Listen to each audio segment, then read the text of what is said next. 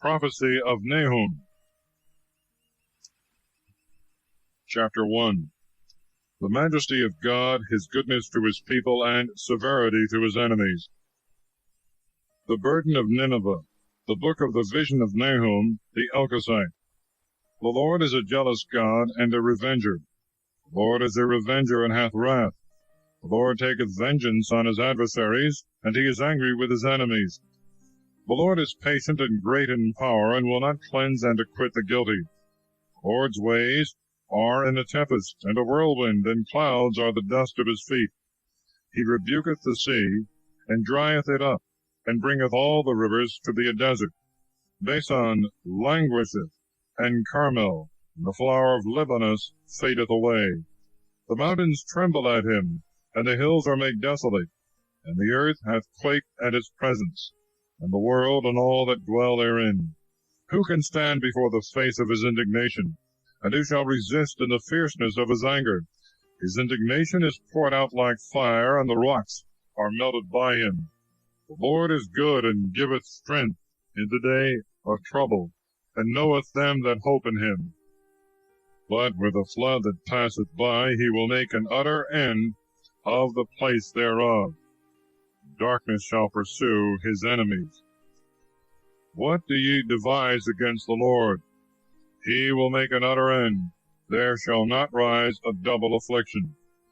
For as thorns embrace one another, so while they are feasting and drinking together, they shall be consumed as stubble that is fully dry. Out of these shall come forth one that imagineth evil against the Lord, contriving treachery in his mind. Thus saith the Lord, though they were perfect, and many of them so, yet thus shall they be cut off, and he shall pass. I have afflicted thee, and I will afflict thee no more. Now I will break in pieces his rod with which he struck thy back, and I will burst thy bonds asunder. And the Lord will give a commandment concerning thee, that no more of thy name shall be sown. I will destroy the graven and molten thing out of the house of thy God, and will make it thy grave, for thou art disgraced. Behold upon the mountains the feet of him that bringeth good tidings, and that preacheth peace. O Judah, keep thy festivals, and pay thy vows, for Belial shall no more pass through thee again. He is utterly cut off. Chapter 2.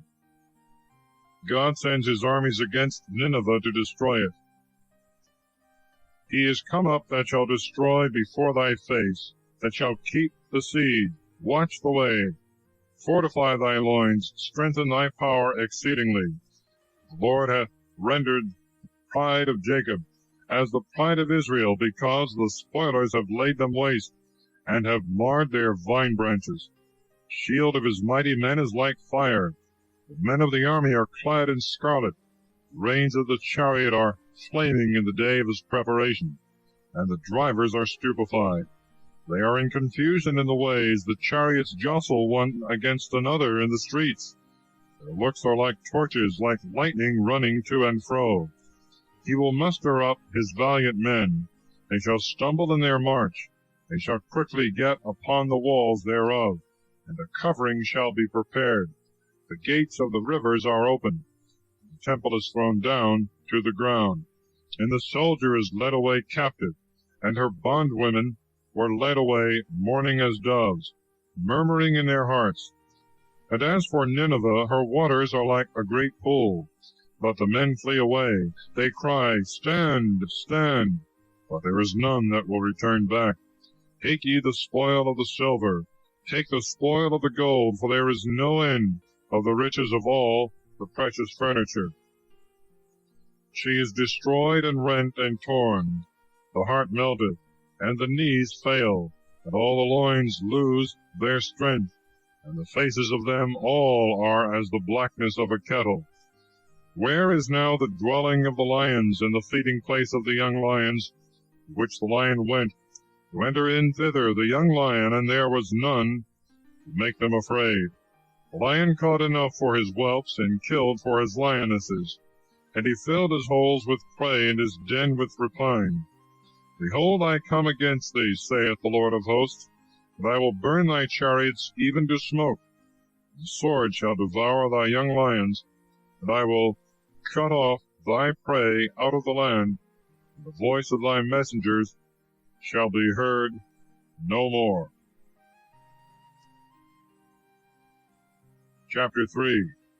The miserable destruction of Nineveh. Woe to thee, O city of blood, all full of lies and violence! Rapine shall not depart from thee. The noise of the whip, and the noise of the rattling of the wheels, and of the neighing horse, and of the running chariot, and of the horsemen coming up, and of the shining sword, and of the glittering spear, and of a multitude slain, and of a grievous destruction. And there is no end of carcasses, and they shall fall down on their dead bodies.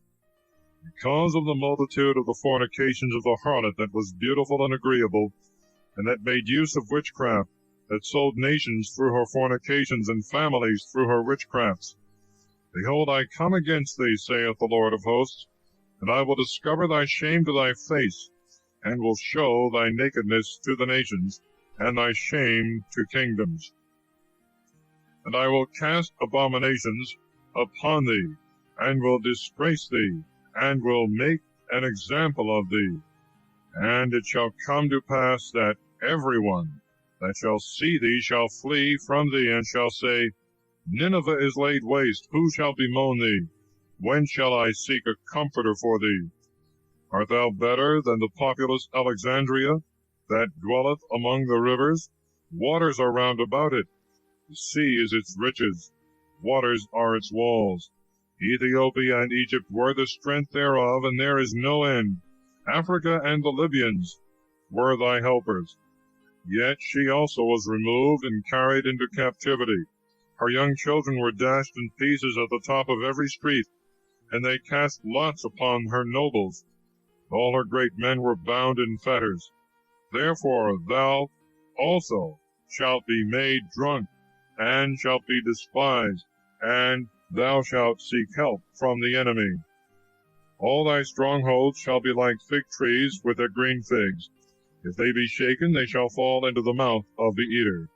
Behold, thy people in the midst of thee are women.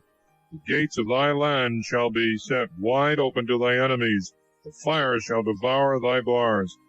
Draw thee water for the siege. Build up thy bulwarks. Go into the clay and tread. Work it and make brick. There shall the fire devour thee.